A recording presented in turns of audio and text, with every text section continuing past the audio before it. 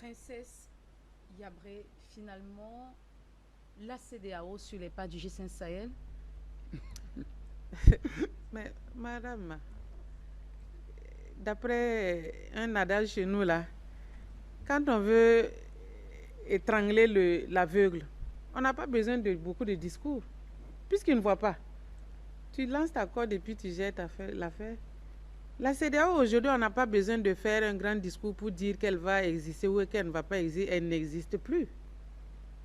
Elle n'existe plus parce que quand vous voyez ce qui se passe autour de cette affaire du Burkina, Mali, Niger qui sont sortis et quelqu'un a écrit pour dire qu'ils ne sont pas sortis là.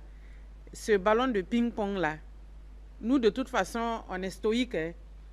Nos leaders savent exactement ce qu'ils veulent et ce qu'ils font pour nos populations. Et c'est ça qui est important aujourd'hui pour nous. Alors, ce que la CEDEAO fait aujourd'hui avec leur patron Macron, ça ne nous regarde plus.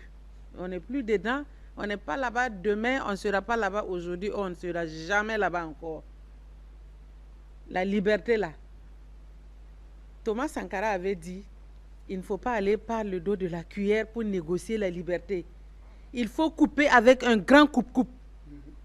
Je me rappelle de ça comme si c'était hier. C'était lors d'un sommet, du 7e sommet, je crois. Et il a dit dans un discours très long, et il a expliqué comment les choses vont se passer. Et c'est exactement ce qui doit se passer, qui se passe aujourd'hui avec les 3 leaders militaires. Quand on parle des entités territoriales, là, regardez par exemple la zone des 3 frontières. Il y a un moment où on se posait la question, qu'est-ce qui se passe dans la zone des 3 frontières? Et quand on a découvert exactement ce qui se passait dans la zone des 3 frontières, le capitaine a pris la décision, le général a pris la décision, le colonel a pris la décision et l'opération s'est très bien passée. Aujourd'hui, Kidal est libre. Aujourd'hui, la zone des 3 frontières est libre. Et les populations sont en train petit à petit de repartir.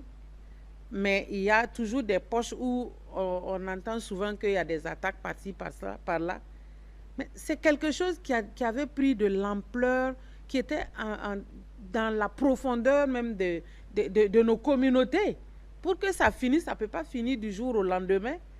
Mais les résultats déjà que nous voyons sur le terrain nous donnent espoir.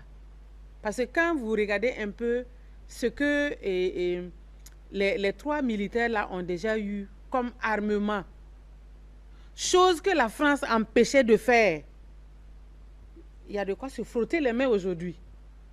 De 250 Kalash à l'époque quand le président Ibrahim Traoré prenait le pouvoir, et aujourd'hui, avec tout ce que nous avons comme armes, et comme l'a dit mon frère tout à l'heure, on se protège et puis le reste là maintenant on fait ce qu'on doit faire. Voilà.